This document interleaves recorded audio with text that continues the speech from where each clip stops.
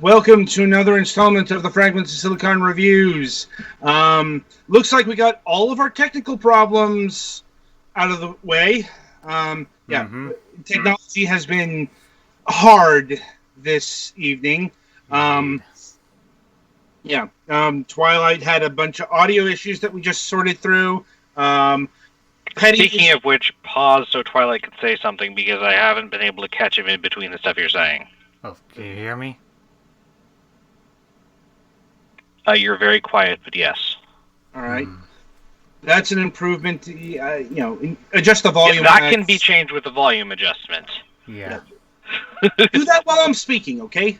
Mm-hmm. Anyway, so all that aside, welcome to the Fragments of Silicon Reviews. We got 3 reviews up this week. The first of which is a game called Polybridge 2. Polybridge 2 is a bridge constructor simulator. We have reviewed a couple of games like this in the Bridge Constructor franchise. We did Bridge Constructor Portal a few yonks ago. We did another one that I can't rightly remember, but the point is, we build bridges. You have to see how physics affects it. You have to make sure it doesn't collapse, not just in terms of under its own weight, but it's got to carry traffic. And what kind of that traffic depends on the scenario. Is it car traffic, truck traffic, that kind of deal. And this game was designed by two Twilight Winter, and take it away. Okay then. Um. Yeah. So I have not played Polybridge, the first Polybridge. Uh-huh. Oh yeah. But yeah, I've played a few of these construction games in the past, and yeah, the games generally the same as some of the as previous ones that you may have played. You're building a bridge across a chasm, lake, and you're trying to do it maybe with a certain budget or such, and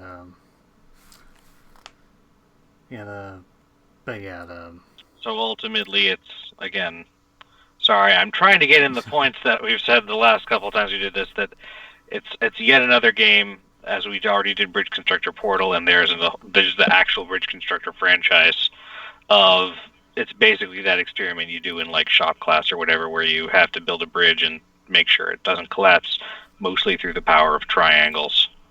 yeah, basically. Yeah, sorry, I'm just a bit frazzled from our audio issues, but anyway, yeah, basically you're building a bridge, as I said, across a chasm or lake, some of some sort, and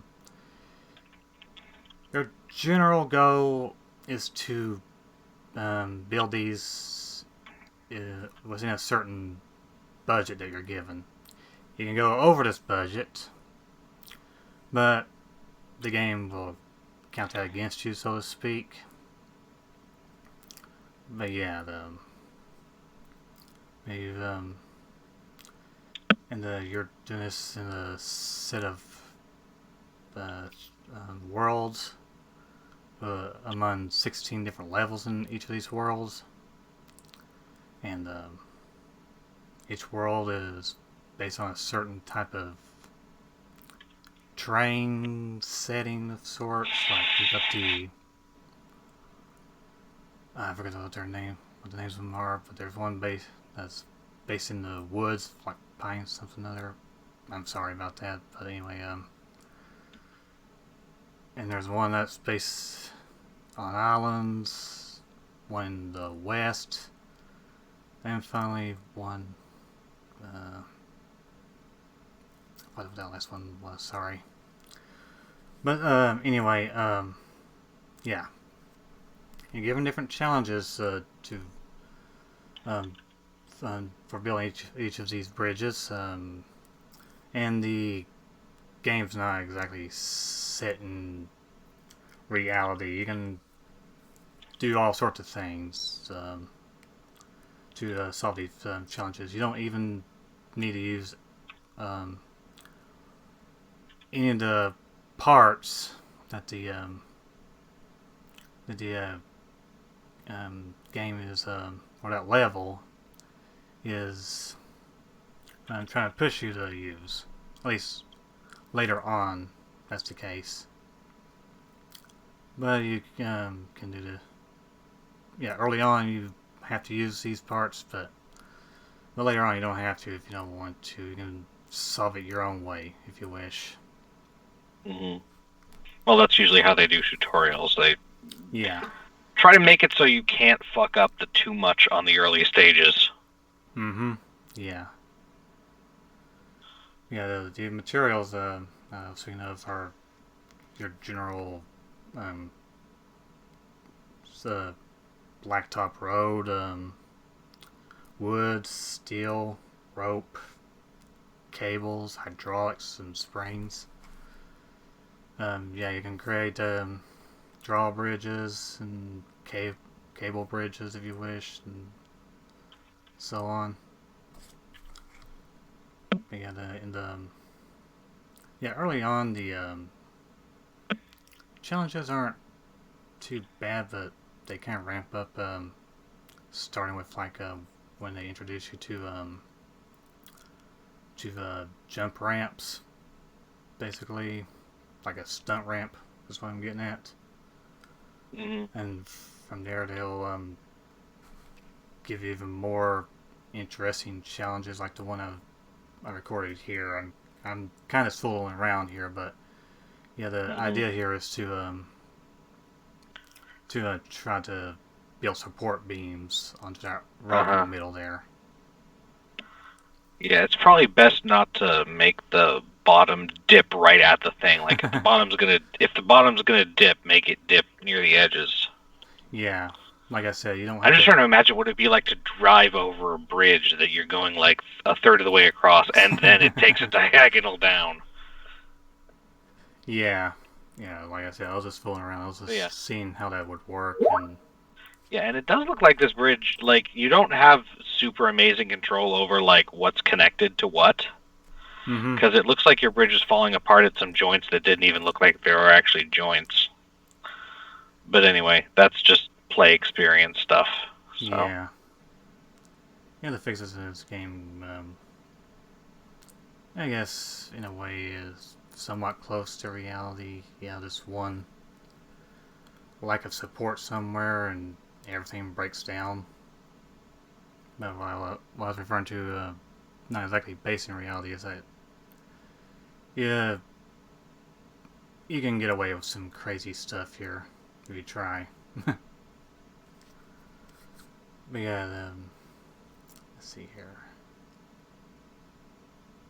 In terms of other gameplay things, the worlds themselves are mostly aesthetic based, so there are some differences between them.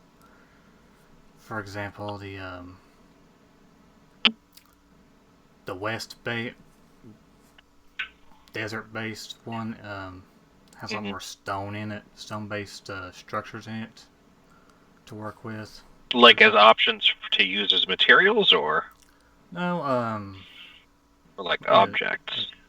More like terrain, basically. Like what you're seeing here, the rock in the middle, the lake there, for example. I noticed there was a lot more mountainous, I guess you could say, terrain.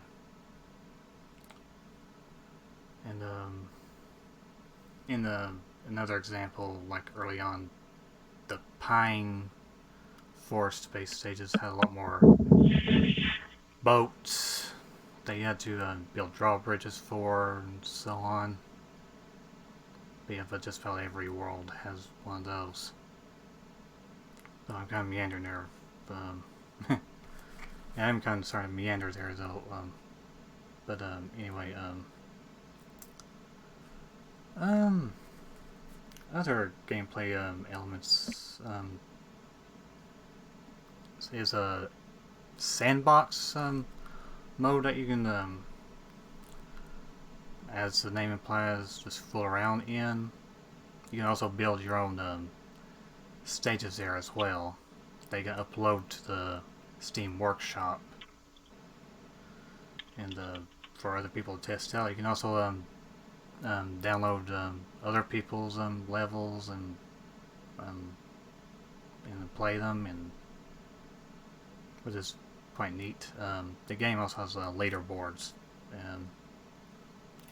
The scores you based on for what, like cheapest bridge or most that it can support without breaking. Yeah, how much or money you use. That it can get a truck across. Yeah. How successful the stress test was, how much money you had to use if you was able to go under budget, or I think also if you didn't need to use certain items or tools in these levels, and so on. Can't think of any other thing that scores you on. I was pretty middle of the road myself, I admit. But yeah, from my experience, these were the levels I played were pretty fun though, and I got no real complaints really on that. Let's see here. One other element of gameplay is the Twitch extension, where as a streamer you could, along with your chat, build a bridge together or in a level. I'm not sure how that works. Yeah, it's interesting. I'm not sure how that works though. Of course, we've never tried it, and so I can't really say anything about that. In terms of gameplay, sorry. In terms of visuals, the graphics and animations,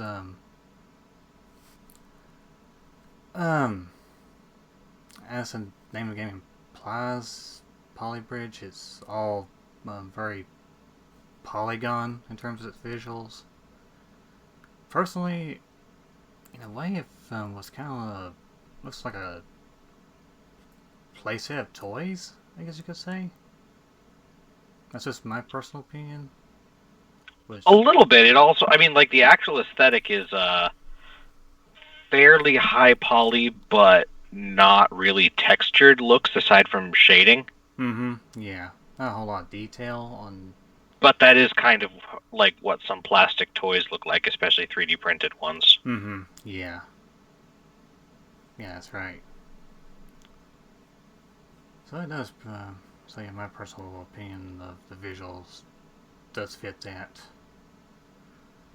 Then, the animations themselves, they're good, and pretty smooth. Not much else I can say to that. The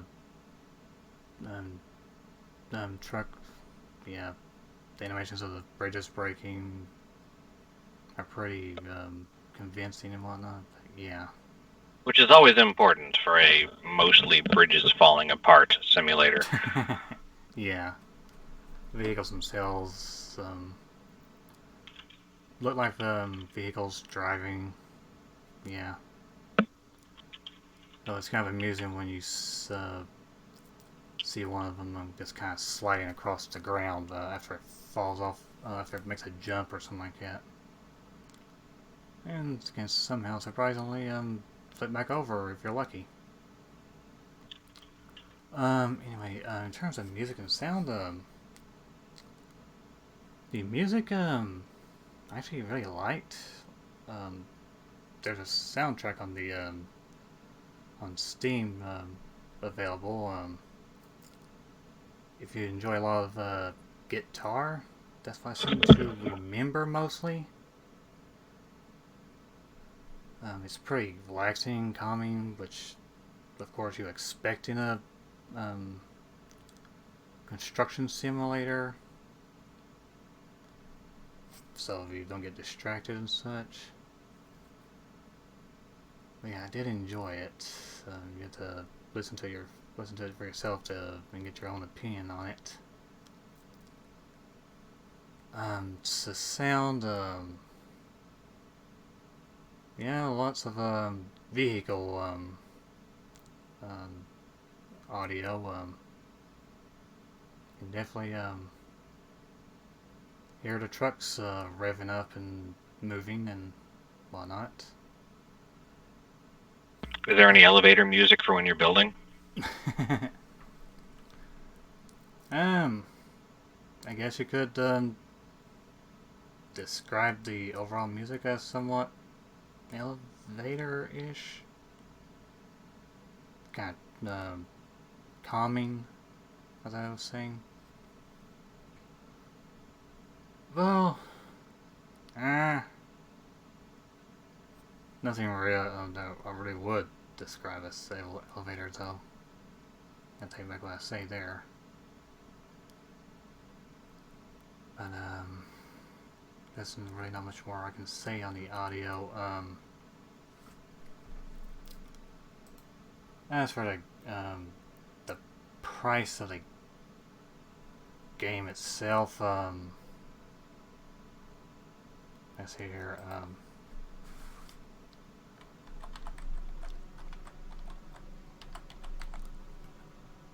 Sorry, let me see if I can find it here right quick.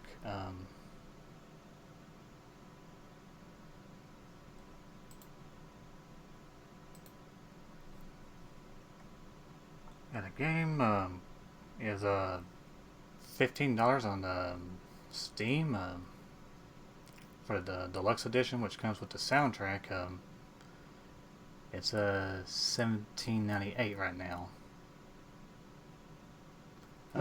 I can definitely recommend the game if you're up for another bridge construction game, a pretty fun one at that.